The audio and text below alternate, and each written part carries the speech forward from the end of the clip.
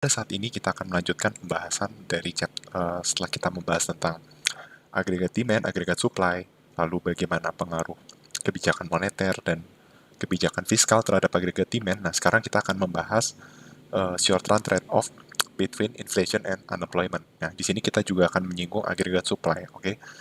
Uh, Sebenarnya topik ini merupakan sudah sempat kita dengar ya. Kalau teman-teman masih ingat, uh, ada 10 prinsipal ekonomi menurut Menkyu, ya, di mana prinsipal ke-10 itu berbicara tentang ini, ya, uh, short run trade-off, ya, jadi terdapat short run trade-off antara inflasi dan unemployment, oke? Kita tahu apa yang dimaksud dengan trade-off, artinya ketika kita ingin, uh, misalnya kita ingin menambah satu sisi, berarti kita harus mengurangi sisi yang lain gitu ya. Jadi ada yang dikorbankan ya.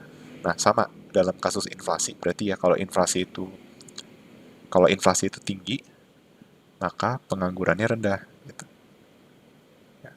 Atau kalau mau penganggurannya rendah, inflasi harus tinggi. Nah, indikator inflasi sama unemployment tuh biasanya kita inginnya kan jangan terlalu tinggi gitu ya. Kayak unemployment sebisa mungkin yang rendah, inflasi juga kalau bisa yang rendah. Nah, makanya kalau mau unemployment yang rendah, inflasinya itu cenderung tinggi. Nah, atau dengan kata lain, menurunkan unemployment itu meningkatkan inflasi ya. Tetapi kalau kita mau inflasinya yang diturunkan atau inflasinya rendah misalnya ya, itu unemployment-nya jadi tinggi. Oke. Nah, ini udah kita singgung di chapter pertama tentang 10 Principle of Economics. Nah, kita sekarang lebih belajar kayak mengapa prinsipal ini tuh ada gitu. Maksudnya kayak buktinya tuh apa sih bahwa terdapat trade-off antara inflasi dan unemployment di jangka pendek. Oke, bukan di jangka panjang ya. Seperti itu. Tapi nanti kita dan apa? Trade-off antara inflasi dan unemployment itu digambarkan dengan sebuah kurva yang namanya adalah Philip curve gitu. Sekalipun nama chapter itu adalah short run trade-off, kita juga akan nanti short run trade-off ini digambarkan dari sebuah kurva Philip curve di short run. Jadi namanya short run Philip curve atau disingkat dengan SRPC gitu. Tapi nanti yang long run itu jadi LRPC ya. Nanti kita juga akan pelajari. Nah, sekarang kita bakal bahas dari origin dari Philip curve. Oke. Jadi Philip curve itu menunjukkan short term trade-off antara inflasi dan unemployment gitu ya. Dan itu model ini dibangun oleh seorang yang bernama A.W. Philip, oke, pada tahun 1958. Ntar ya, A.W. Philip itu siapa ya? Nama aslinya kalau nggak salah William Philip atau siapa ya? Aku lupa. Oke. Ya, William Philip ya sepertinya ya. William Phillips ya. Modelnya itu tahun 1950. Oke.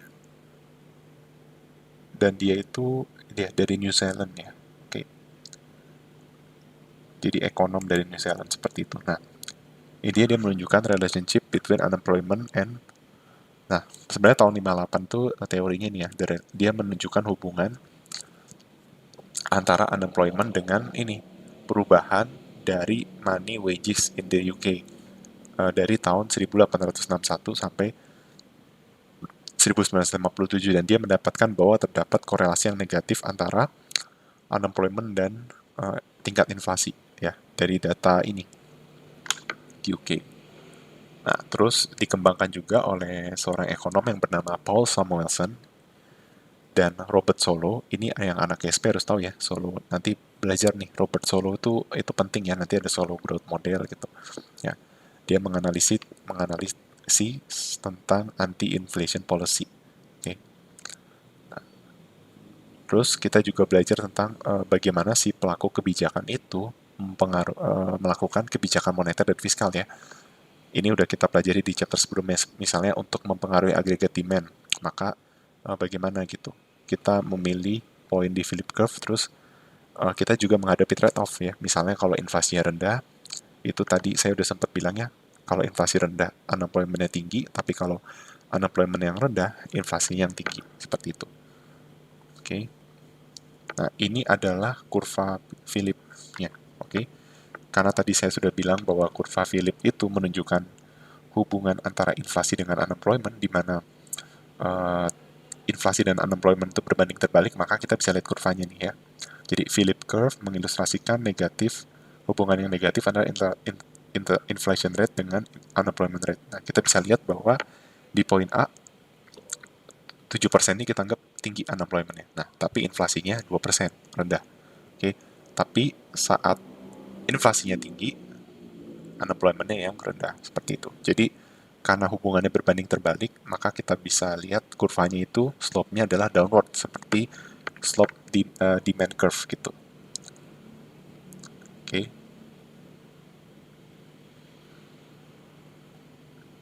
Nah, sekarang kita akan mencoba melihat, ini kan cuma Philip curve doang ya. Nah, kita mencoba untuk menderive ya, menurunkan, maksudnya Philip curve ini asal-usulnya dari mana. Nah, kita coba kaitkan dengan agregat demand dan agregat supply. Oke. Nah, tapi sebelumnya teman-teman harus tahu dulu ya, yang agregat demand itu meningkat kalau apa? Outputnya meningkat, price levelnya itu meningkat, unemployment-nya lebih rendah, atau unemployment lebih rendah itu berarti higher output, atau inflasi lebih tinggi, atau price levelnya tinggi. Nah, tapi aggregate demand bakal lebih rendah kalau lower output, lower price level, higher unemployment, and lower inflation. Nah, ini kita bisa lihat kurvanya ya. Jadi kurva Philip curve itu diperoleh dari derivasi atau menurunkan kurva agregat demand dan agregat supply. Ya, jadi ini tuh nggak cuma jadi Philip curve itu memang asal usulnya kita lihat data empiris gitu ya. Oh, ini tuh ternyata pas dilihat, oh ternyata inflasi sama unemployment tuh ini ya eh, kayak berbanding terbalik gitu ya. Tapi kita juga maksudnya kurvanya itu juga diderivasi dari si ADAS gitu. Jadi nggak cuma lihat dari data, misalnya begini nih, ini inflasi, ini unemploymentnya begini, terus langsung ditarik garis gitu. Nggak gitu juga. Tapi kita juga derivasi dari kurva agregat demand dan agregat supply. Nah, tapi karena tadi dijelaskan bahwa Philip curve itu kan short run trade off, maka kita pakai pendekatan kurva short run agregat supply ya, bukan long run. Nah, kan short run agregat supply itu slope-nya upward ya. Saya nggak perlu bahas kenapa upward, karena sudah dibahas di chapter sebelumnya. Terus agregat demand juga downward. Nah, ini ceritanya ada peningkatan agregat demand. Oke. Okay. Nah, ketika agregat demand meningkat, maka kita bisa lihat bahwa price level itu naik dan dan output itu meningkat. Oke. Okay. Kalau teman-teman saya nggak tahu, saya lupa ini udah dijelaskan atau belum di chapter sebelumnya, tapi ketika agregat demand shifting to the right dan agregat supply tetap, kan price level itu naik, output itu meningkat. Nah, berarti ini yang kita kenal dengan demand pull inflation. Oke. Okay. Intinya demand pull inflation adalah inflasi yang disebabkan karena peningkatan agregat demand atau shifting dari kurva agregat demand ya. Tapi kalau misalnya agregat supply-nya, ya jadi misalnya kita punya kurva agregat demand seperti ini, agregat supply seperti ini, terus agregat supply-nya shifting to the left, ini kan harganya juga naik, tapi outputnya turun. Nah, ini yang disebut, jadi outputnya turun, harganya naik. Ya, ini kita bisa sebut stagflasi, tapi ini tuh terjadi inflasi yang namanya cost push inflation. Oke. Akibat peningkatan biaya produksi. Nah, balik lagi ke sini. Nah, ini makanya kita bisa bilang ini kan outputnya nih misalnya kalau harga level ini price level nih pakai indeks ya. Jadi 102 tuh nilai indeks harganya 102 gitu ya. Dari 102 ke 106. Nah, outputnya naik dari 15.000 ke 16.000. Nah, peningkatan output itu berarti mengurangi unemployment. Nah, makanya misalnya ketika outputnya 15.000, yang dipekerjakan itu kan lebih sedikit daripada 16.000. Makanya tingkat penganggurannya lebih tinggi, yaitu sebesar 7%. Pas outputnya lebih banyak 1.000 atau sekitar 16.000, unemployment-nya cuma 4%. Nah, di Philip curve itu makanya kita bisa gambarkan nih. Oh, pada saat kondisi A itu unemployment-nya 7% dengan output 15.000. Nah, sedangkan inflasinya itu 2%. Tahu dari mana 2%? Dari indeksnya. Kan indeks itu kan mencari inflasi dengan indeks tuh ini ya, CPI sekarang dikurang CPI tahun sebelumnya dibagi CPI tahun sebelumnya. Nah, asumsikan CPI tahun sebelumnya itu adalah tahun dasar. Iya base year, di mana indeks Bezier itu sama dengan 100, makanya 102 kurang 100 per 100. Nah, hasilnya 2%. Nah, berarti kita bisa lihat ketika inflasi 2%, outputnya 15.000 atau unemployment-nya 7%. Nah, ketika price levelnya naik jadi 106 atau inflasinya jadi 6%, maka outputnya naik jadi 16.000 atau unemployment-nya 4%. Nah, makanya dari kurva kita dapat titik A sama titik B di sini. Dan titik A, titik B kita tarik garis. Nah, dapatlah ini sebagai kurva short run Philip curve atau kita singkat sebagai SRPC. Jadi, teman-teman harus tahu bahwa kurva Philip curve itu diderivasi dari kurva short run Philip curve itu diderivasi dari kurva SRAS, short run aggregate supply, dan agregat demand. Ya, seperti itu. Yang ada short run long run itu agregat supply aja ya. Kalau agregat demand itu mau short run long run sama aja. Oke. Nah, sekarang itu kan tadi kita nyingungnya short run ya. Nah, sekarang gimana kalau di jangka panjang? Nah, kalau di jangka panjang, kurvanya itu vertikal. Saya sering bilang kalau kurva itu vertikal, apa nyebutnya? Kurvanya itu perfectly inelastic atau sama sekali tidak dipengaruhi oleh sumbu sini atau kalau di Philip curve itu ini itu inflasi ya. Jadi intinya long run Philip curve itu mau bilang bahwa berapapun level harganya di jangka panjang output itu tetap sama gitu. Makanya kurvanya tegak lurus vertikal ya. Nah, unemployment rate-nya juga di towards its normal level atau berada di natural rate of unemployment. Terus unemployment-nya itu tidak tergantung dari money growth dan inflasi di jangka panjang. Oke. Nah, ini ya, jika bank sentral menaikkan money supply secara slowly, maka inflasi di jangka di long run ya. Jadi ketika si Fed atau bank sentral menaikkan money supply secara slowly, inflasinya juga rendah. Jadi kalau money supply-nya naik, inflasinya itu rendah ya. Kalau slowly, jadi intinya tuh unemployment kan outputnya sama, makanya mau dia money supply-nya naik, unemployment tetap sama. Nah, tapi inflasinya tetap bisa naik ya di jangka panjang. Misalnya titik A ke titik B, nah itu kan inflasinya naik, tapi unemployment-nya tetap sama atau outputnya tetap sama gitu. Ya. Jadi misalnya ketika Fed meningkatkan money supply-nya slowly, maka eh, teman-teman masih tahu ya kurvanya kayak gimana ya? Yang nanti geser AD-nya ya. Ini kayak gini. Intinya kalau kalau money supply-nya naiknya slowly, itu bakal inflasinya lebih rendah. Nah, unemployment-nya tetap berada di natural rate. Ini yang perlu digarisbawahi ya. Tapi ketika Fed atau bank sentral menaikkan money supply-nya secara quickly, secara cepat, tingkat inflasinya tinggi. Nah, unemployment ya tetap berada di natural rate. Nanti saya akan tunjukkan kurvanya ya. Nah, ini adalah kurva long run Philip curve. Intinya, long run Philip curve, kan teman-teman udah tahu ya, peningkatan money supply itu mempengaruhi apa? Peningkatan money supply itu mempengaruhi agregat demand, ya kan? Jadi agregat demandnya nanti bergeser ke kanan. Nah, maka inflasinya kan naik. Nah, tapi ingat, berapapun tingkat inflasinya, outputnya tetap sama. Atau ketika Fed menaikkan growth rate of money supply, inflasi itu bakal naik, tapi unemployment-nya tetap berada di natural rate. Itu kalau di jangka panjang. Oke. Okay? Nah, sebenarnya long run Philip curve itu mengekspresikan dari sebuah teori yang kita kenal dengan monetary neutrality, di mana variabel real itu tidak dipengaruhi seperti itu. Oke. Terus, tapi ingat peningkatan money supply itu menyebabkan, tadi saya sudah singgung ya, peningkatan money supply itu menyebabkan kurva dari agregat demand itu bergeser ke sebelah kanan, menyebabkan price level itu increase, tapi di jangka panjang outputnya tetap berada di natural level. Peningkatan harga itu meningkatkan inflasi, dan unemployment tetap berada di natural rate. Nah, ini adalah penjelasan kurva yang tadi saya sudah sempat singgung nih. Ini long run aggregate supply, ini agregat demand. Nah, karena money supply naik, agregat demand bergeser ke kanan, maka harga itu naik, ya. Terus inflasinya naik, ya kan. Tapi output tetap berada di natural level, seperti itu. Oke. Nah, ini diingetin lagi the meaning of natural, ya.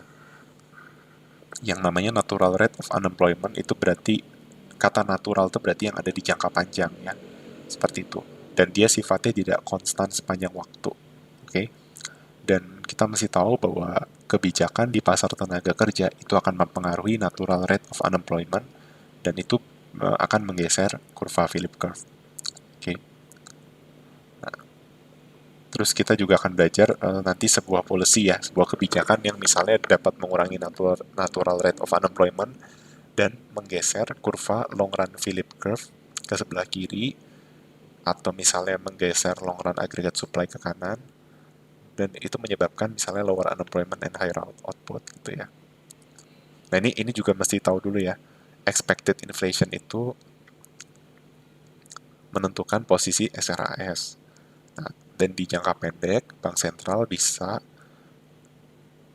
mengetahui, ya, expected inflation, terus juga tahu SRAS. Ya, artinya expected inflation itu juga bisa ditentukan. Oke. Dan teman-teman ini harus tahu kalau di short run, Philip curve itu dia memiliki downward sloping, gitu. Oke.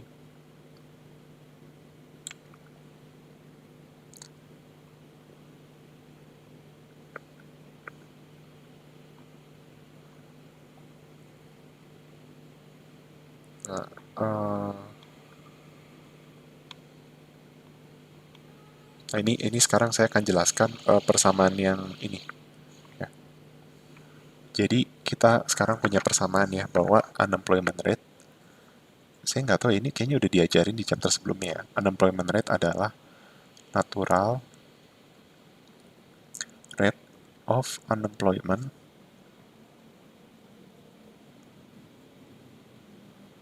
dikurang A dikali actual inflation dikurang expected inflation. Mungkin saya coba tulis, ya. Jadi ini rumus yang teman-teman masih ketahui, ya. Nah, saya tulis di sebelah sini, ya. Unemployment rate sama dengan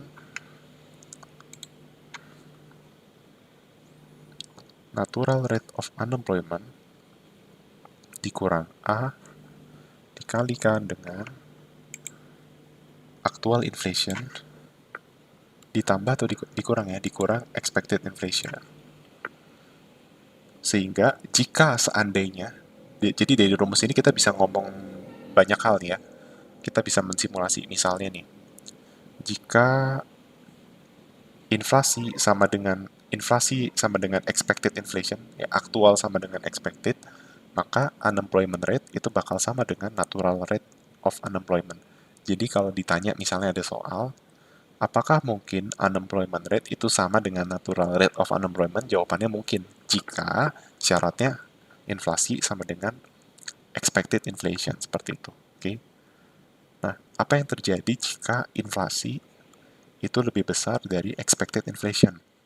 Nah, logikanya, kalau inflasi lebih besar dari expected inflation, maka nilai ini menjadi positif. Nah, berarti unemployment rate sama dengan natural rate dikurang sesuatu. Atau dengan kata lain, unemployment rate itu lebih rendah dari natural rate of unemployment. Oke. Atau natural rate of unemployment lebih besar dari unemployment rate. Nah, tapi kalau inflasi lebih kecil dari expected inflasi, atau expected inflasi itu lebih tinggi dari inflasi, sama aja, ya, ini artinya. Kalau ini sama aja kayak expected inflation kurang dari inflasi, gitu. Maka ini menyebabkan unemployment rate lebih besar dari natural rate of unemployment, dan natural rate of unemployment itu lebih kecil dari unemployment rate. Ini cuma dibalik-balik, ya. Oke. Terus kita juga bisa kasih interpretasi. Jadi nilai A itu menggambarkan dampak unemployment rate, nilai unemployment rate, ya. Jika misalnya natural rate-nya itu 5%, nah, berapa sih pengurangannya terhadap unemployment rate? Nah, itu ditentukan dari selisih ini inflasi dan expected inflation seperti itu. Nah, kalau misalnya teman-teman dikasih tahu nih, nilai inflasinya udah tahu, terus expected inflation-nya itu diketahui, terus unemployment rate-nya dikasih tahu. Nah, A-nya ini diasumsikan 1 atau dikasih tahu juga. Nah, berarti teman-teman bisa cari natural rate of unemployment ya. Nah, caranya gimana? Teman-teman tinggal urai rumusnya ya. Jadi, kan misalnya nih 10 sama dengan 12 kurang 2. Nah, berarti 12 adalah 10 tambah 2. Jadi nanti teman-teman bakal dapat rumusnya menjadi seperti ini. Natural rate of unemployment sama dengan unemployment rate ditambah A dikalikan dengan ini, inflasi dikurang expected inflation, gitu ya. Jadi ini cuma permainan rumus saja, oke? Dan pastikan teman-teman semua bisa melakukan interpretasi dari rumus yang ada. Nah, jadi A itu sebuah parameter yang menunjukkan berapa banyak unemployment merespon pada unexpected inflation gitu. Oke. Semakin besar nilai A berarti semakin responsif ya. Dengan expected inflation yang sama, unemployment rate-nya itu lebih tinggi, oke? Dan di jangka pendek itu tidak stable ya, Philip curve seperti itu. Karena merefleksikan particular expected rate of inflation seperti itu. Nah, ini kurva yang menunjukkan bagaimana expected inflation menggeser kurva short run Philip curve. Oke. Nah, jadi kita bisa ya untuk kurva itu kita gambarkan long run Philip curve dengan short run Philip curve. Oke. Jadi yang tegak lurus, yang perfectly inelastic atau vertikal ini menggambarkan long run Philip curve. Nah, sedangkan yang slope-nya downward itu adalah short run Philip curve. Nah, ceritanya itu ada expansionary policy. Ya, expansionary itu berarti bisa expansionary monetary, bisa expansionary fiskal. Intinya menyebabkan apa? Menyebabkan agregat demand itu bergeser ke kanan. Nah, pokoknya kalau agregat demand bergeser ke kanan, short run Philip curve itu juga bergeser ke kanan. Nah, maka itu menyebabkan dari titik A ke titik B, ya, kan expansionary policy itu moving gitu ya, moving along the curve. Nah, tapi equilibriumnya ada di titik C gitu. Oke. Nah, maka yang akan terjadi seperti ini. Kalau di jangka pendek dari A ke B ya, jadi outputnya unemployment-nya rendah, inflasinya tinggi. Nah, tapi di jangka panjang inflasinya tetap, outputnya kembali ke natural rate of unemployment. Jadi teman-teman bisa baca nih keterangannya ya.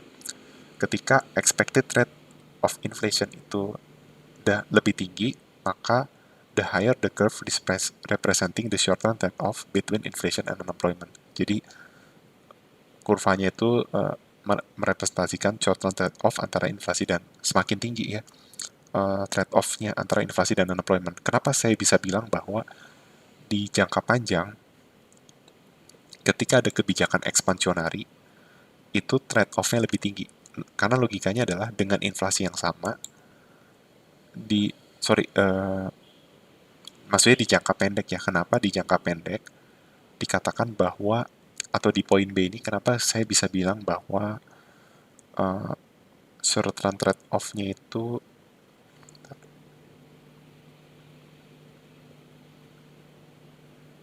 ada higher. Kan di poin A expected inflation itu sama actual inflation equal. Nah, terus ceritanya ada expansionary monetary policy, terus perekonomian itu bergerak dari titik A ke B kan di jangka pendek. Nah, di poin B expected inflation itu tetap rendah. Oke. Expected inflation expected unemployment. Ini maksudnya expected unemployment-nya rendah, tapi actual inflation-nya itu high. Ini bisa kita lihat unemployment-nya rendah nih, dari A ke B unemployment turun, nah tapi inflasinya tinggi. Oke. Nah, tapi di jangka panjang expected inflation-nya itu naik dan perekonomian itu kembali ke titik bakal pindah ke titik C. Nah, di poin C expected inflasi dan aktual inflasi itu sama-sama tinggi, tapi unemployment-nya di natural rate. Oke. Itu ya kalau di jangka panjang unemployment itu bakal berada di natural rate of unemployment, seperti itu. Sekalipun inflasinya tuh sangat tinggi, ya. Oke. Nah, kenapa dari titik B ke C itu trade off-nya lebih gede? Karena logikanya gini, misalnya di titik B, inflasi itu 5%, terus unemployment itu 3%. Nah, sekarang inflasi 5%, unemployment-nya itu kembali ke natural rate, atau misalnya 7%. Nah, maka kita bisa lihat dengan tingkat inflasi yang sama, unemployment-nya lebih tinggi di titik C, gitu. Artinya dia itu lebih banyak pengorbanannya di titik C, gitu. Karena harusnya untuk level si inflasi ini, unemployment-nya bisa lebih rendah, gitu. Maka itu meningkatkan trade-off-nya, oke. Nah, sebenarnya natural rate of unemployment itu konsepnya juga dari natural rate hypothesis, seperti itu. Nah, ini di sekitar tahun 1960, di jangka pendek, kebijakannya itu seperti melakukan ekspansi aggregate demand untuk barang dan jasa, ya.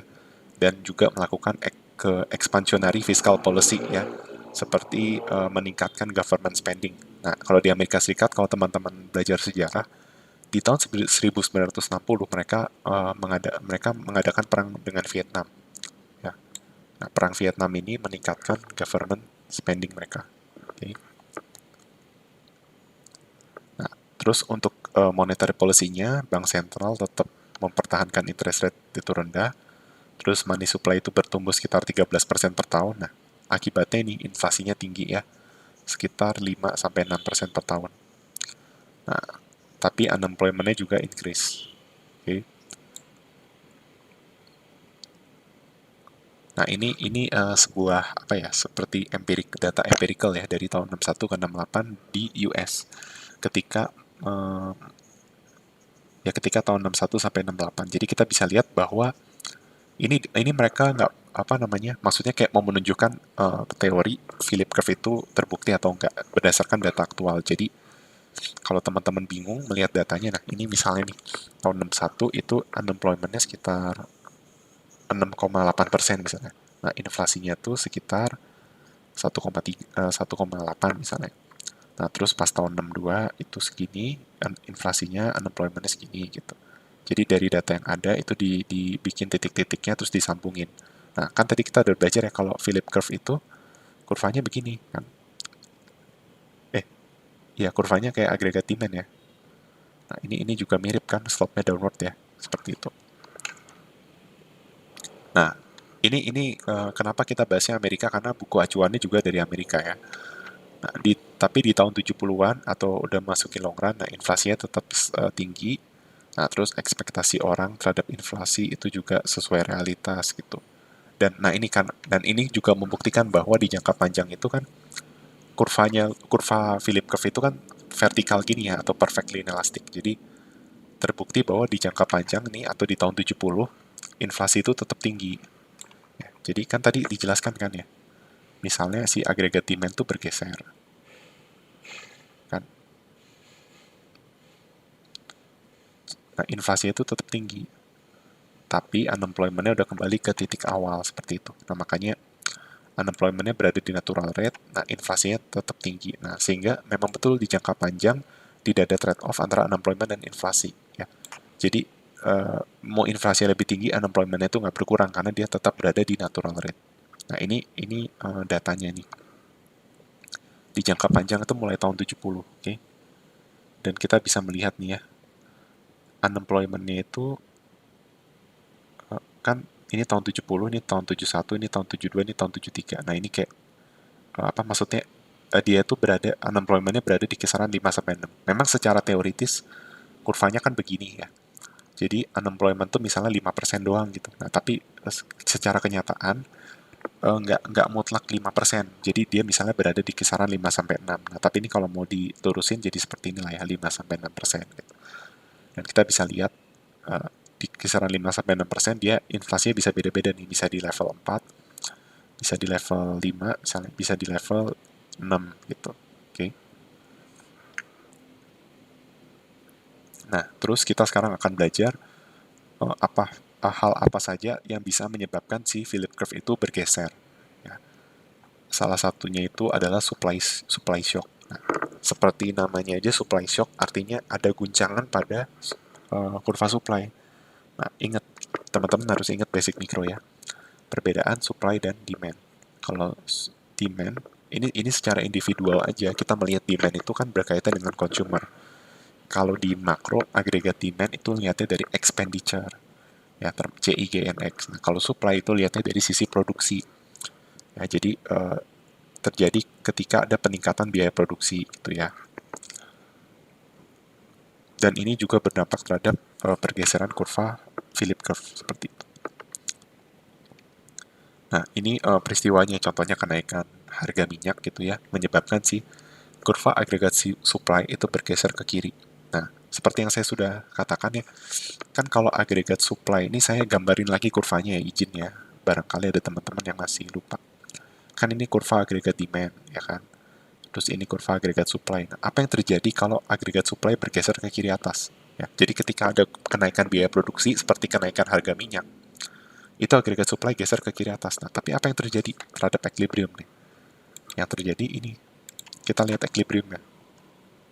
Kuantitinya bakal lebih rendah, harganya bakal lebih tinggi. Nah, maka terjadi stagflasi. Karena outputnya lebih rendah, harganya itu lebih tinggi. Oke. Nah, apa yang menyebabkan short-term Philip curve shifting to the right? Jawabannya adalah karena adanya unemployment-nya itu tinggi dan inflasinya itu lebih tinggi. Oke. Dan ini adalah sebuah kurva yang menunjukkan adanya adverse shock ya. Adverse shock to aggregate supply. Oke. Di grafik A itu menunjukkan model dari agregat demand dan agregat supply. Ketika agregat supply bergeser ke kiri dari AS1 ke AS2 ya, akibat adverse shift in aggregate supply atau adverse shock, maka equilibrium berubah dari titik A ke titik B seperti itu. Nah, dari titik A ke titik B itu berarti menyebabkan output itu turun dan harga-harga itu naik. Ya, price level itu naik. Jadi seperti itu. Nah, sedangkan di panel B itu menunjukkan Philip curve ya, masih mirip tadi. Oke. Ketika agregat supply bergeser ke kiri, maka short run Philip curve itu bergeser ke sebelah kanan.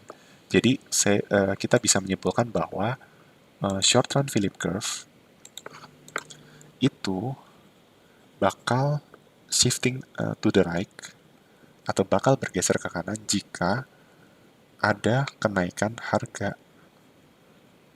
Bisa disebabkan oleh AD yang bergeser ke kanan atau agregat supply ke kiri. Nah, tadi kan kita udah lihat kan kalau misalnya agregat, ini kan kasusnya agregat supply ke kiri. Nah, harga itu naik. Makanya si Philip curve itu jadi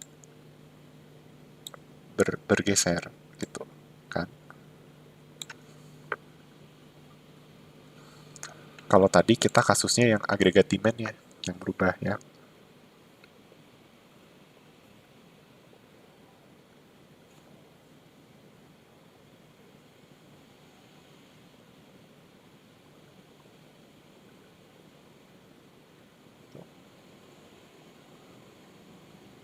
Seperti ini kan ya. Wait, nggak gini kurvanya.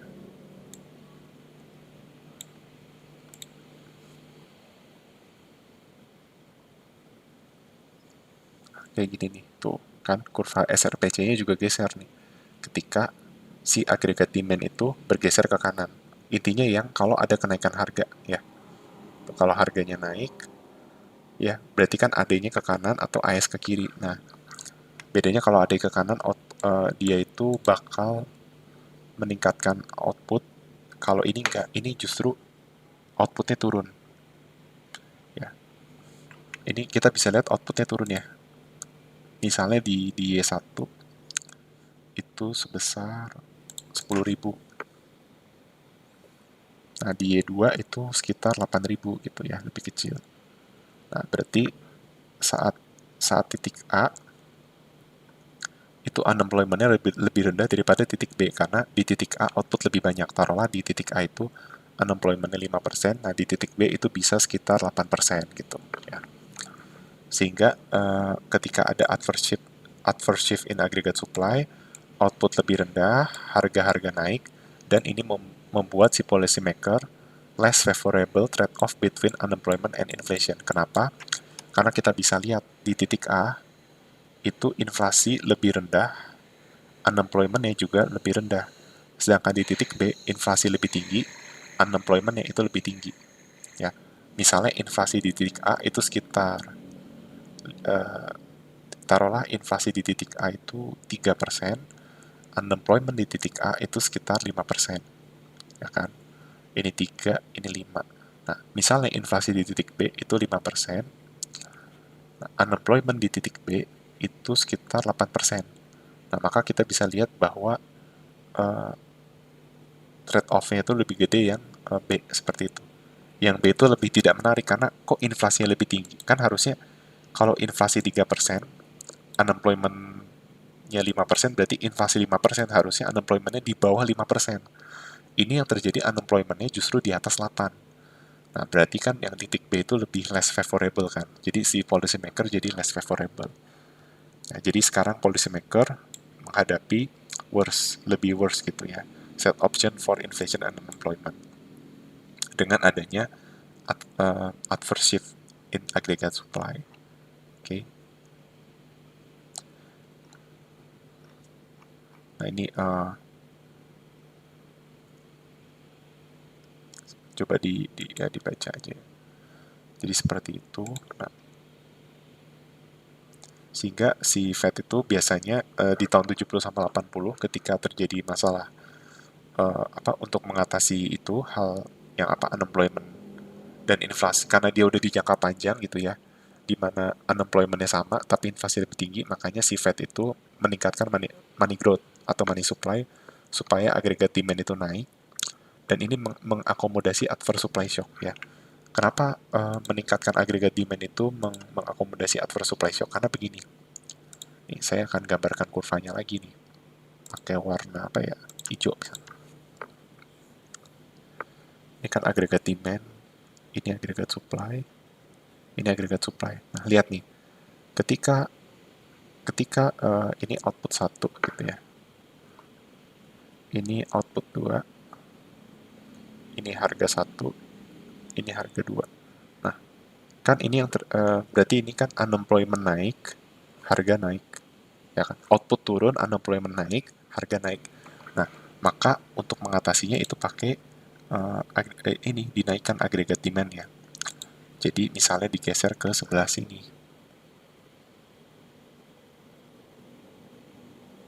Gitu.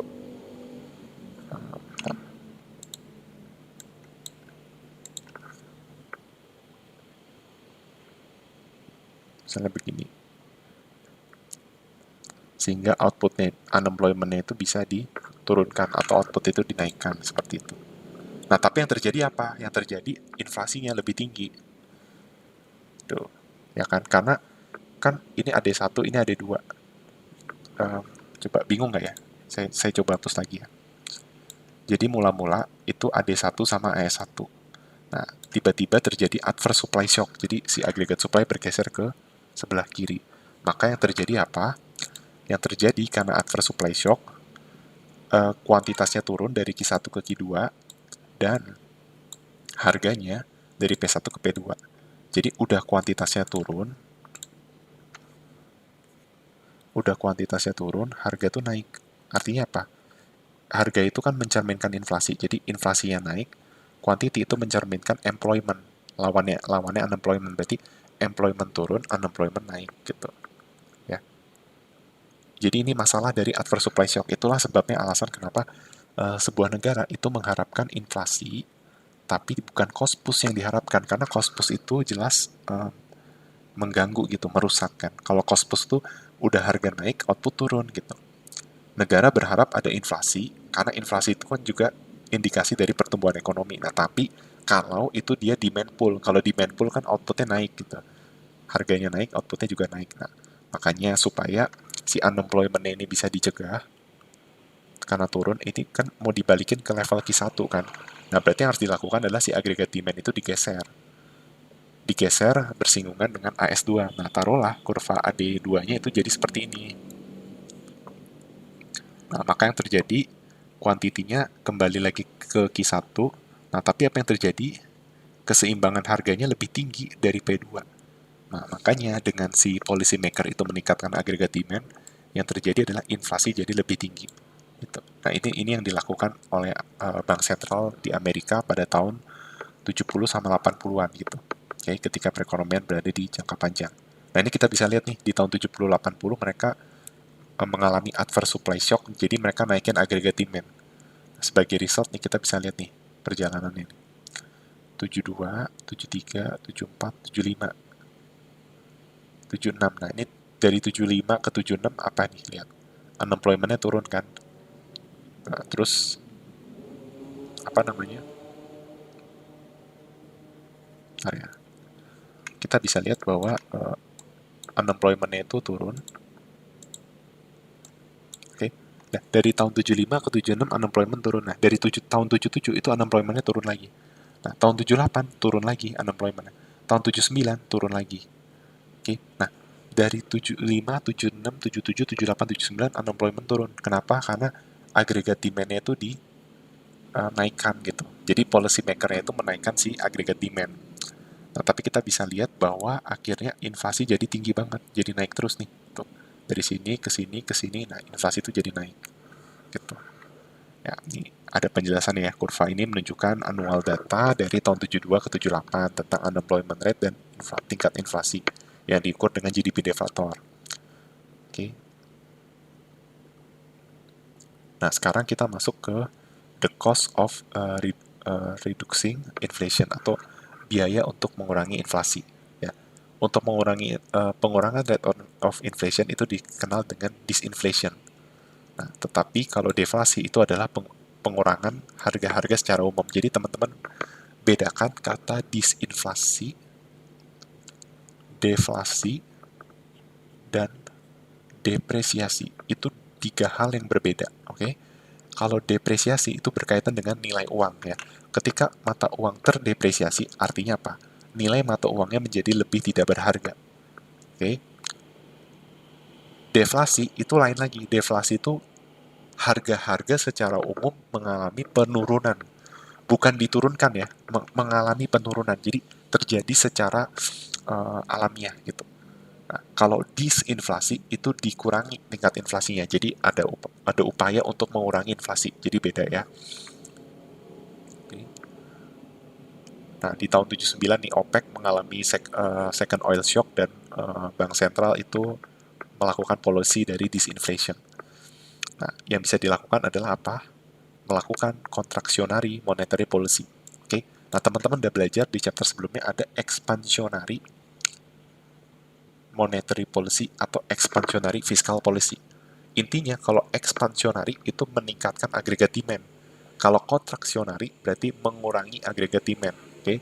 Jadi pada saat kontraksionari monetary policy, agregat demand itu berkontraksi. Jadi berkurang. Nah, makanya unemployment-nya jadi lebih tinggi, tapi inflasinya jadi lebih rendah.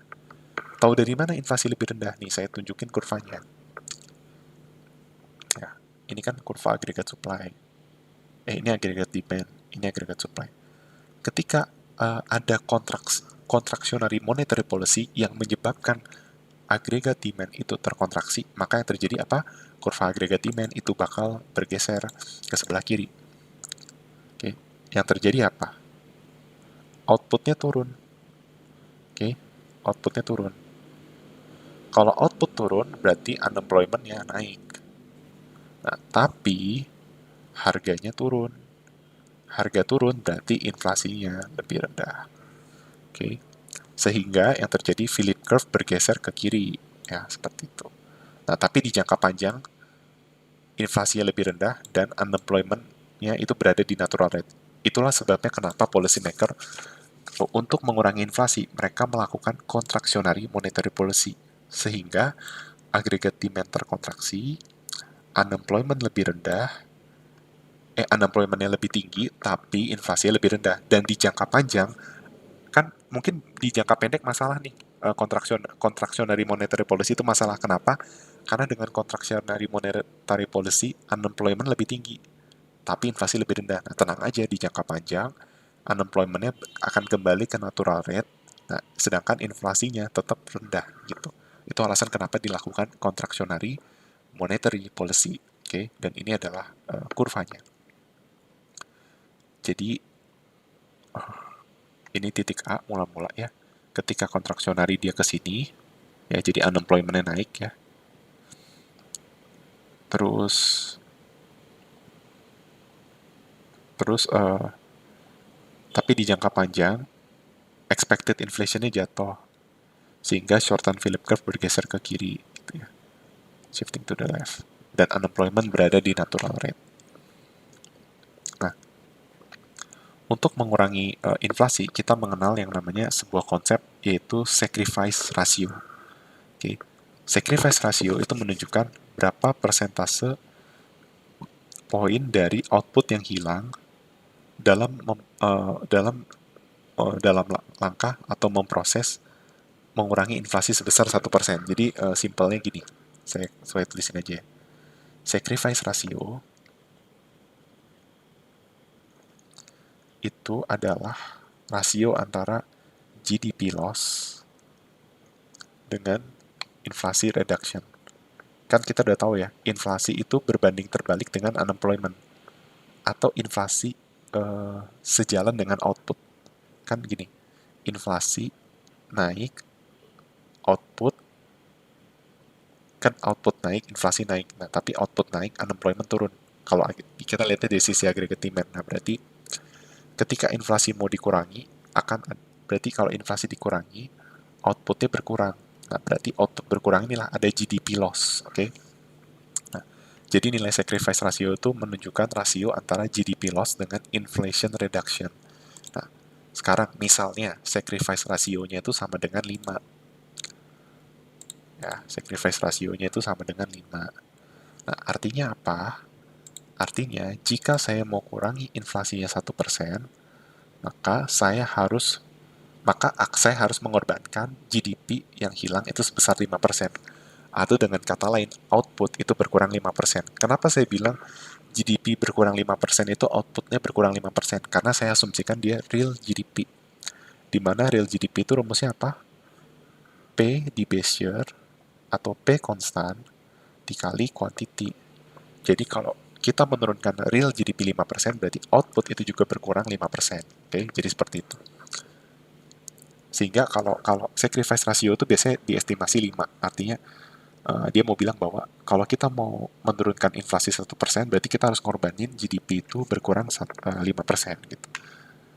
Nah, terus ada konsep rational expectation. Jadi biasanya orang-orang itu bakal mengoptimalkan informasi yang mereka punya, termasuk informasi tentang kebijakan pemerintah, sehingga mereka dapat memforecast atau meramal kejadian yang akan terjadi di masa depan.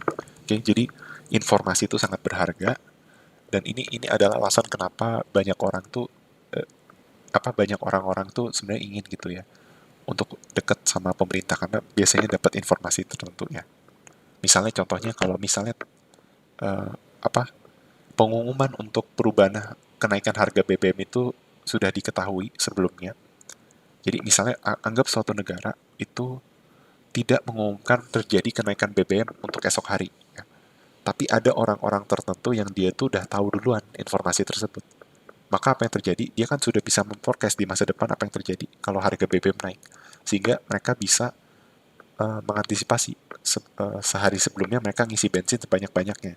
Tujuannya untuk mengambil keuntungan karena besok BBM tuh naik. Nah, itu adalah contoh ketika orang punya informasi lebih terkait kebijakan pemerintah, maka mereka akan mengubah behavior mereka supaya mereka bisa dapat insentif lebih tinggi gitu. Makanya orang itu berusaha seoptimal mungkin menggunakan informasi yang mereka punya untuk uh, mendapatkan yang terbaik seperti itu. Okay. Nah, dengan adanya rational expectation di mana orang memiliki banyak informasi, ini bisa mengecilkan sacrifice ratio gitu. Artinya untuk mengurangi inflasi, output yang dikurangi itu bisa lebih dikit. Okay.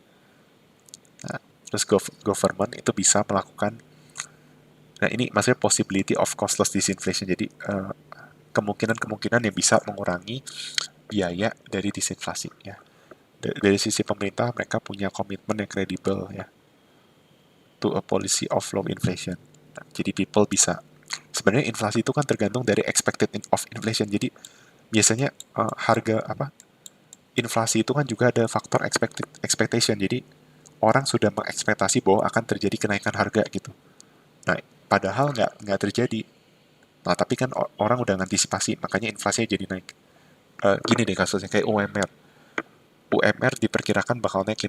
Nah, itu kan baru ekspektasi. Nah, tapi udah ngefek ke inflasi. Nah, berarti itu bakal ngaruh ke tingkat inflasi kan. Nah, makanya kalau orang merendahkan ekspektasi dari inflasi, jadi orang tuh mulai nggak apa, ekspektasi mereka terhadap inflasi itu lebih rendah, maka inflasi itu aktualnya juga bisa lebih rendah gitu. Sehingga si short term Philip curve bisa shift downward gitu. Dan inflasi dan di perekonomian low inflation itu quickly gitu. Tanpa adanya uh, high unemployment dan low output secara sementara. Nah, peak inflation itu sekitar 10%. Ya. Ini Volcker disinflation, kalian bisa baca sendiri, saya skip aja. Itu ya di tahun 84 inflasi itu sekitar 4% dengan monetary policy gitu ya. Dan biaya dari inflasi itu adalah terjadinya resesi. Oke. Okay. Di mana unemployment itu mencapai 10% atau outputnya berkurang. Nah, ini data empiris ya. Jadi di tahun 84 itu terjadi resesi ya di Amerika Serikat. Jadi kita bisa lihat kan sebelumnya tahun 79 segini ya. Jadi ini mau bilang bahwa sebelumnya itu terjadi peak inflation. Jadi inflasi itu tinggi ya. Tahun 79 tuh inflasinya sekitar 8,2 misalnya. 80 itu sekitar 9,5. Tahun 81 itu 9,5 gitu misalnya. Nah, terus tiba-tiba di tahun 82 inflasi turun, tapi outputnya juga turun dan unemployment tinggi. Begitu pula juga di tahun 83. Nah, tapi di tahun 83 unemployment-nya sama, nggak beda jauh dengan 82, tapi inflasinya lebih rendah. Nah, tapi di kemudian intinya ini ada masalah nih. Jadi di tahun 84 karena ada kebijakan. Jadi sebenarnya dari tahun 79 dan seterusnya itu ada kebijakan moneter.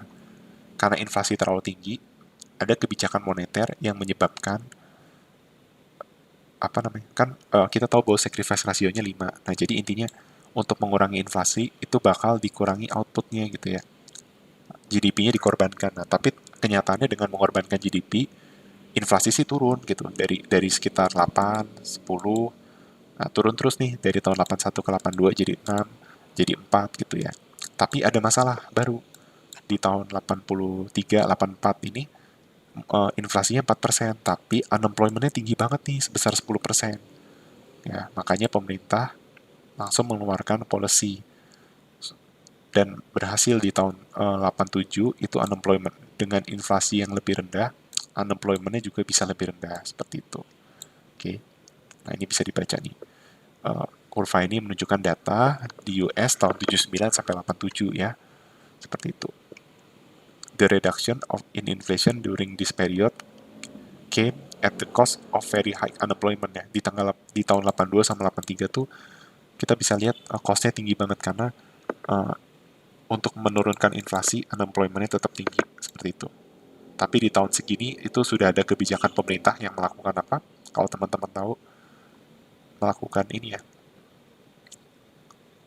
melakukan contractionary monetary policy tapi di jangka panjang ya, sehingga inflasinya bisa turun, unemployment-nya juga ikut kembali ke mendekati natural rate lah seperti itu. Oke. Okay.